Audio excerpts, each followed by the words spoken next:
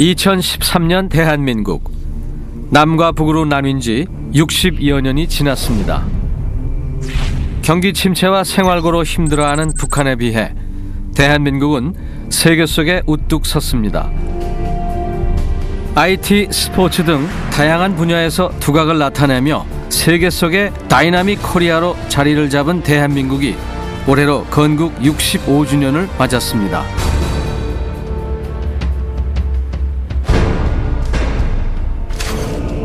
나라가 세워짐 또는 나라를 세운다는 뜻의 건국.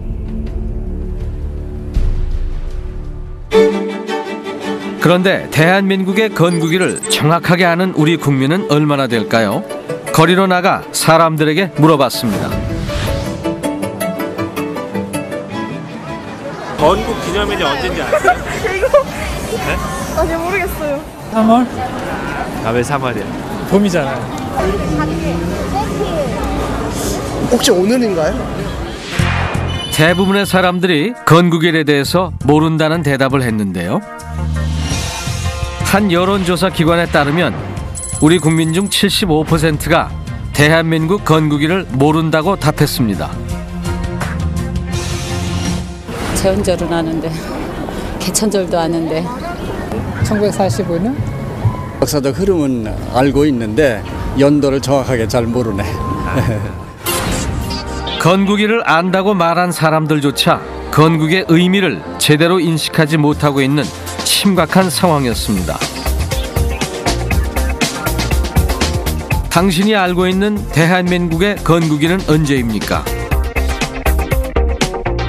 지금부터 대한민국의 건국 과정과 건국일에 대해 알아보겠습니다.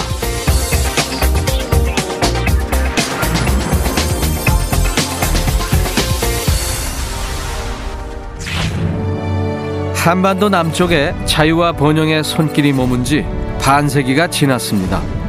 자유민주나라인 대한민국의 기원은 언제일까요? 대한민국의 건국 과정을 자세히 알아보기 위해서 해방 직후로 거슬러 올라가 보겠습니다.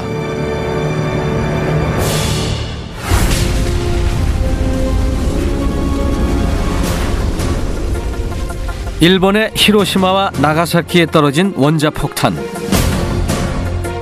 제2차 세계대전에서 연합국이 승리하면서 한반도에도 봄이 찾아왔습니다. 우리 민족이 일제의 압제에서 해방되는 순간이었죠.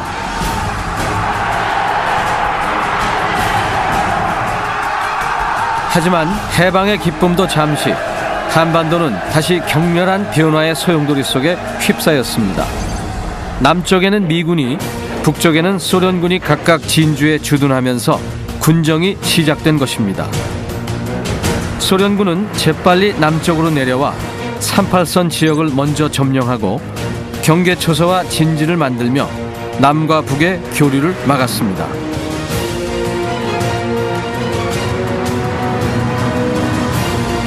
이와는 달리 미군은 소련군보다 거의 한 달 늦게 남한에 들어왔습니다.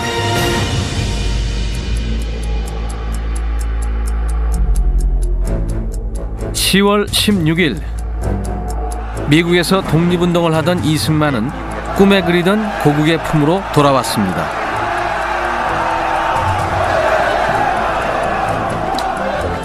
국외에서 활동하던 독립운동가들도 뒤이어 한국으로 돌아왔습니다.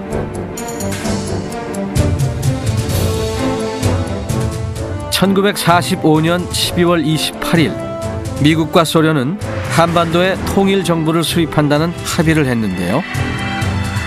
모스크바 의정서의 핵심 내용은 미소 공동위원회를 열어 남북 통일 임시 민주정부를 세우고 미국, 영국, 중국, 소련의 4개국이 5년간 신탁 통치를 한 후 한반도의 완전한 독립을 허용한다는 것. 이렇게 신탁 통치 계획이 알려지자 이승만은 12월 28일 반대 성명을 냈습니다. 이승만은 라디오 연설을 통해 신탁 통치가 시작되면 소련이 개입하게 될 것이고 결국 한반도는 공산화가 되고 말 것이라고 경고했습니다.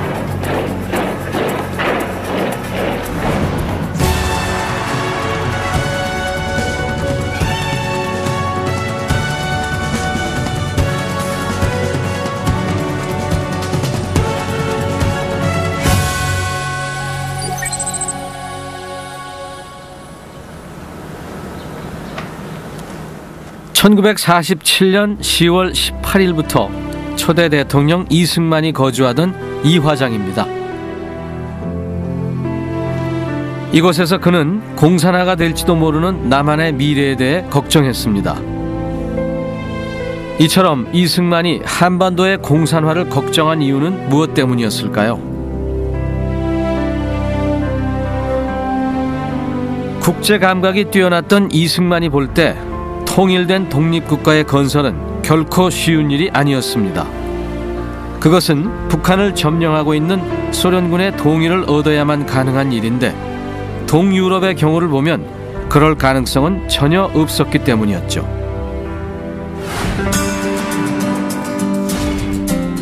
소련의 야욕을 알고 있던 이승만, 그는 어떻게 소련의 계략을 알게 됐을까요?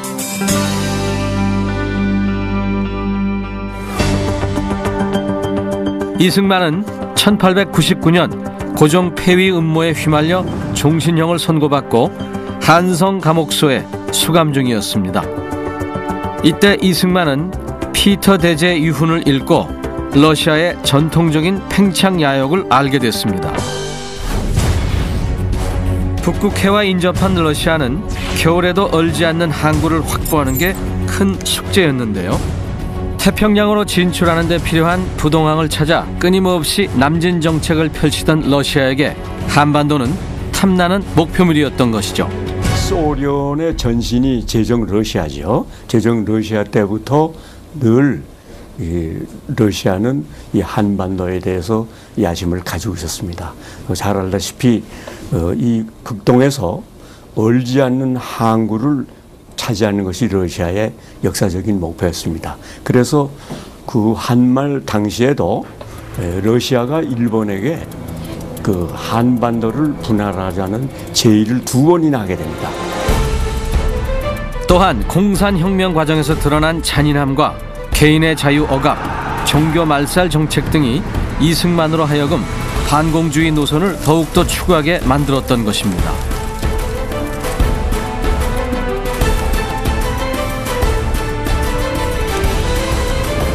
히틀러가 항복한 직후부터 소련은 동부 유럽의 위성국들을 세우게 됩니다. 소련은 조직적으로 폴란드, 체코슬로바키아, 헝가리, 루마니아, 불가리아, 유고슬라비아, 알바니아, 그리고 동독까지 빠르게 공산화시켜 나갔습니다. 그리고 작은 스탈린으로 불리는 현지 지도자를 내세웠는데요. 이들은 나치 독일을 피해 소련으로 피신했다가 소련군의 도움으로 귀국해 권력을 잡은 공산주의자들이었습니다. 소련에서 자기네들이 이 보호하고 키운 말하면 그 현지의 공산주의자들을 파견을 합니다.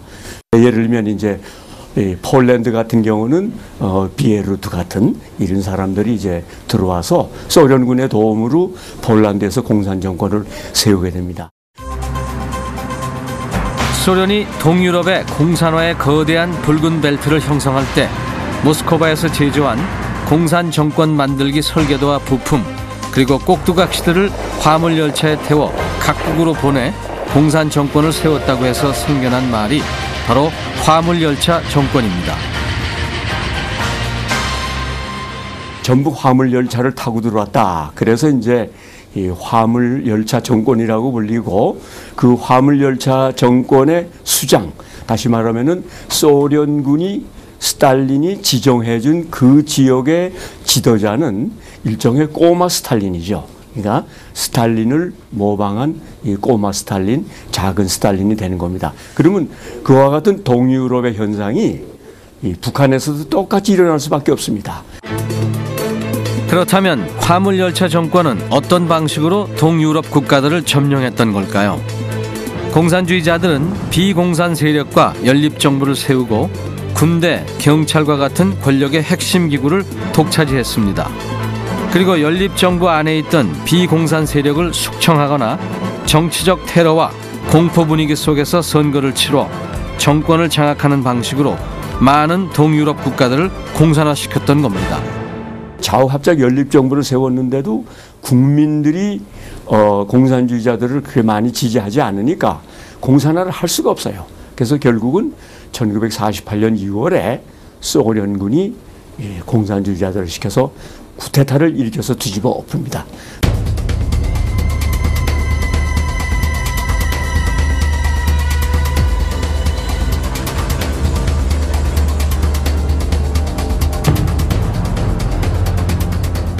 화물열차 정권을 만들기 위한 계획은 소련군 연해주 군관구 사령관에게 보낸 전문에서 분명하게 드러났는데요.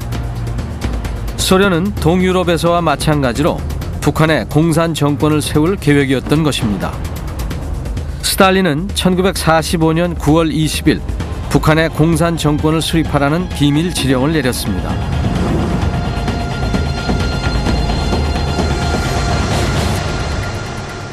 모든 프로그램, 소위 자신들이 소비에트화에 관한 모든 프로그램은 모두 소련 군정에서 만들어냅니다. 전형적인 소비에트화의 이식 과정인 토지개혁이라든지 산업 국유화라든지 소위 임시인민위원회, 소위 김일성이 위원장으로 있는 임시인민위원회 이름으로 발표만 해가는 그런 과정이라고 이해하면 됩니다. 1946년 3월 20일 서울 덕수궁에서 모스크바 3상회의 결정을 실천하기 위해 제1차 미소공동위원회가 열렸습니다. 1946년 5월 6일 미군과 소련군의 의견이 팽팽히 맞서면서 미소공동위원회는 무기한 휴회에 들어갔는데요. 사실 나중에 돌이켜보면 성공 가능성이 거의 없는 것이었습니다. 1946년 6월 3일 이승만은 호남 지방 순방 도중 그 유명한 정읍 발언에서 남한 과도정부의 필요성을 비쳤는데요. 그것은 폭탄적인 발언이었습니다. 모두가 통일 정부를 세워야 한다고 주장하는데 남한 과도정부의 필요성을 언급한 주장은 당시 파격적이었던 것이죠. 미소공동위원회가 결렬이 돼가지고 남북한의 통일정부 구성 가능성이 매우 희박해진 상태에서 남한 지역에서 그에 대비한 어떤 노력이 있어야 되지 않겠느냐, 그런 것이 핵심 취지입니다. 그래서 이 박사는 남한 지역에서 그 대응책으로서 무슨 위원회를 구성한다든지 또는 임시정부를 구성한다든지 그런 노력이 필요하다, 이렇게 말했던 것입니다. 북한에는 이미 1946년 2월에 사실상의 정부인 북조선 임시인민위원회가 들어섰는데요. 소련은 점령지인 북한에 공산체제를 확고히 굳힌 뒤 그것을 기반으로 남한까지 공산화시킬 기지로 삼으려고 했던 것입니다. 그것이 바로 민주기지론인데요. 민주기지론은 한마디로 말하자면 여러 가지로 유리한 조건에 있는 북한 지역에서 공산주의 방식으로 정치, 경제, 군사적 역량을 강화하여 이를 토대로 전 한반도의 공산주의 통일을 완성한다는 것으로 스탈린의 혁명 전략에서 유래된 것입니다. 이렇듯 북한에는 사실상의 정부가 들어선 데다 미소공동위원회도 더 이상 진전이 없어 보이니 남한만이라도 임시정부 혹은 위원회 같은 것을 조직해 소련군이 북한에서 이룩한 변혁적 조치에 대응해야 한다는 것이 이승만의 주장이었습니다.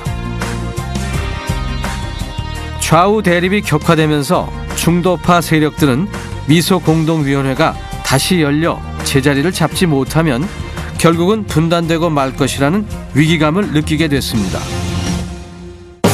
여운형, 김규식, 안재홍 등 중도파 인사들이 주도하여 1946년 7월 좌우합작위원회를 수립했습니다. 좌우합작운동의 궁극적인 목표는 좌익, 우익 세력 등 사상을 넘어서 조선 내의 모든 조직이 하나로 통합되어 중도적 사상의 통일정부를 수립하는 것이었습니다. 1946년 7월에 구성된 좌우합작위원회는 좌익 세력이 제시한 5원칙과 우익 세력이 가져온 8원칙을 절충하여 3개월 후인 1946년 10월에 합작위원회에서 좌우합작 7원칙을 발표하게 됩니다.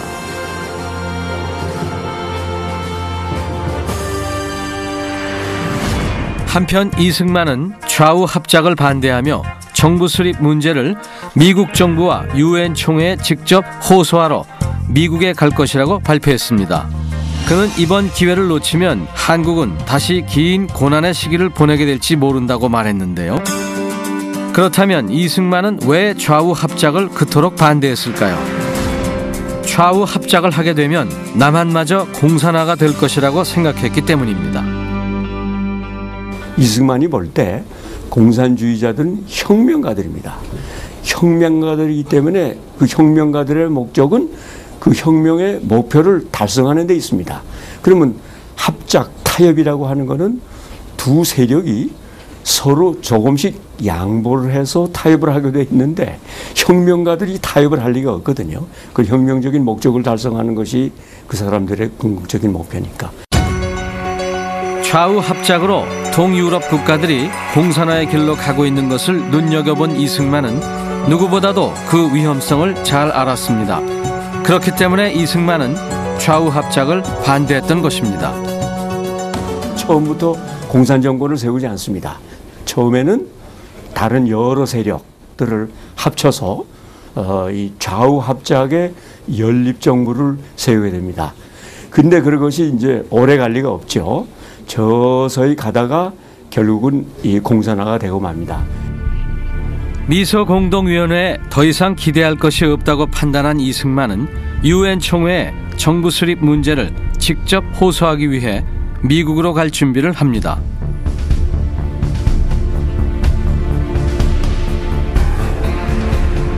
그리고 이승만은 하와이를 거쳐 12월 7일 워싱턴에 도착했습니다.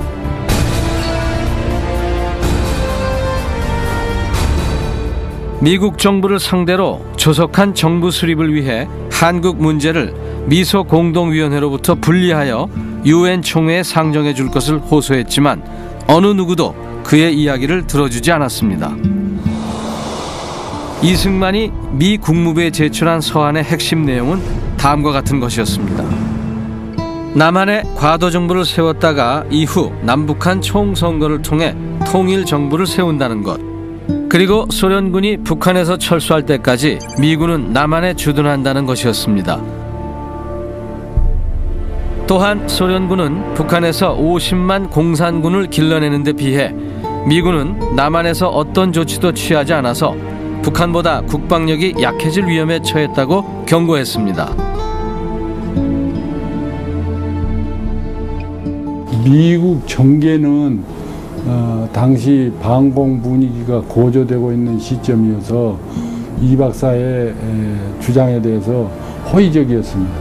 언론계에서 좀 좌경적 성향을 가진 그런 언론계는 그 이 박사 것에 대해서 비판적이었지만 일부 중립 또는 우경적인 입장에 있는 언론계들은 이 박사의 주장에 대해서 긍정적인 태도를 취했습니다. 이승만의 제안에 대해 미국 여론이 호의적이었던 이유는 유럽, 발칸반도, 중동에서 공산 정권을 수립하려는 소련의 야욕을 확인했기 때문입니다. 그래서 한국에 대한 미국의 정책도 바뀌어야 한다는 데 대해 공감했습니다. 이에 미국은 1947년 3월에 그리스와 터키에 대한 경제적 군사적 원조를 약속하는 트루먼 선언을 발표했습니다. 그리스가 내전으로 공산화될 위험한 상황에 놓이게 되자 다급해진 미국이 내놓은 것이었죠.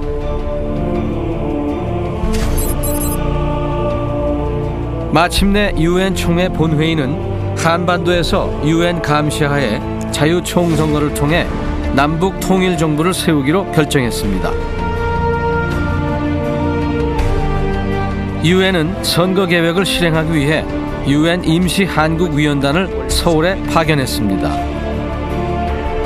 그러자 김일성은 평양에서 개최된 군중대회에서 위원단을 북한에 한 발짝도 들여놓지 못하게 할 것이라고 선언했습니다. 여기서 유엔 임시 한국위원단은 고민에 빠졌습니다. 북한이 자유총선거를 거부하는 상황에서 남한만이라도 선거를 할 것인지를 결정해야 했기 때문인데요. 결국 1948년 2월 26일 유엔 소총회는 미국안을 놓고 표결에 붙여 찬성 31표로 가결했습니다. 유엔 임시 한국위원단이 활동 가능한 남한 지역에서 총선거를 실시하도록 결의한 것입니다. 1948년 5월 10일 한국은 역사상 처음으로 자유선거를 치렀습니다.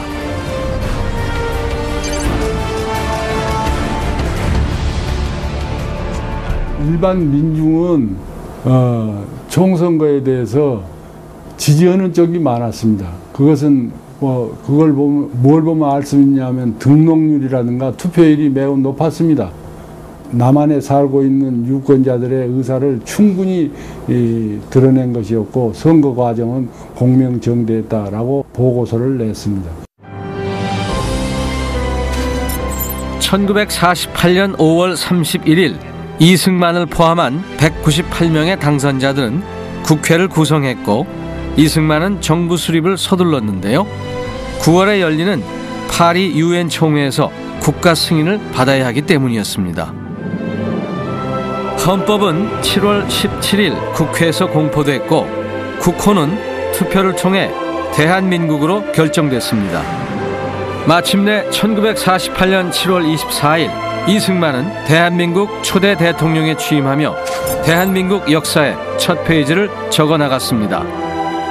새로 태어난 대한민국은 1948년 8월 15일 중앙청 광장에서 대한민국 정부 독립선포식을 거행하며 자유민주주의 국가로 첫 발을 내디딘 것입니다.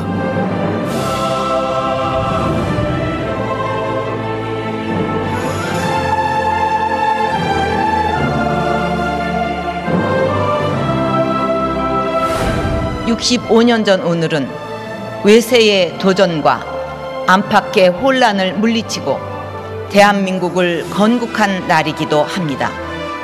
자유민주주의를 우리가 지향하는 핵심 가치로 헌법에 담아 대한민국이 출범한 것이야말로 오늘의 번영과 미래로 나아갈 수 있었던 첫 걸음이었습니다. 해방과 함께 찾아온 좌우 대립의 극심한 혼란과 가난, 6.25 전쟁의 상처를 극복하고 오늘의 자유와 번영으로 이끈 원동력은 무엇일까요? 그것은 개인의 자유와 창의를 존중하는 자유민주주의를 추구했기 때문일 것입니다. 건국 아버지들의 현명한 선택과 피땀 어린 노력으로 비롯된 대한민국 건국이야말로 위대한 기적의 시작이 아니었을까요?